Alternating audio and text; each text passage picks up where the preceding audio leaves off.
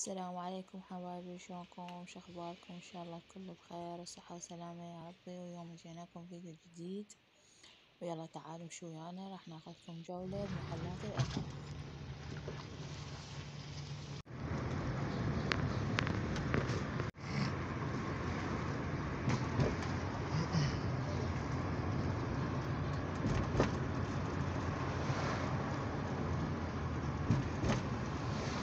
هسه احنا وصلنا لهذا المجمع، يلا تعالوا خلنا ندخل. ما شاء الله الألوان تخبل ومغرية، يعني واحد يحتار ايش يختار، تجنن الألوان.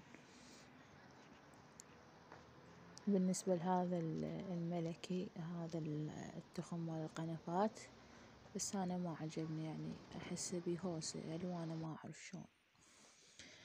هنا منزل طعام يموت،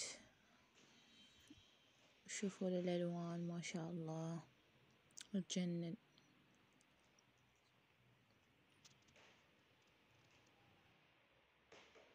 وهسه طبعا مثل ما تشوفون لون أحلى من لون، الألوان كلش حلوة ومغرية وواحد يحتار شي يخلي.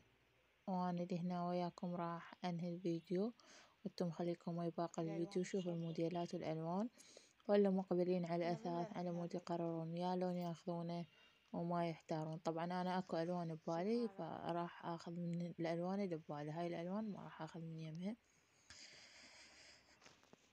وأنا بالبداية عاجبني هذا المشمشي، وبعدين لا غيرت غير لون. هذا الملكي كلش حلو يخبل، وهاي مال استقبال يعني. والصالة راح نسوي لها ديوان إن شاء الله. واللي هنا بنات أنهي وياكم الفيديو، لا تنسونا باللايك والاشتراك. مع السلامة.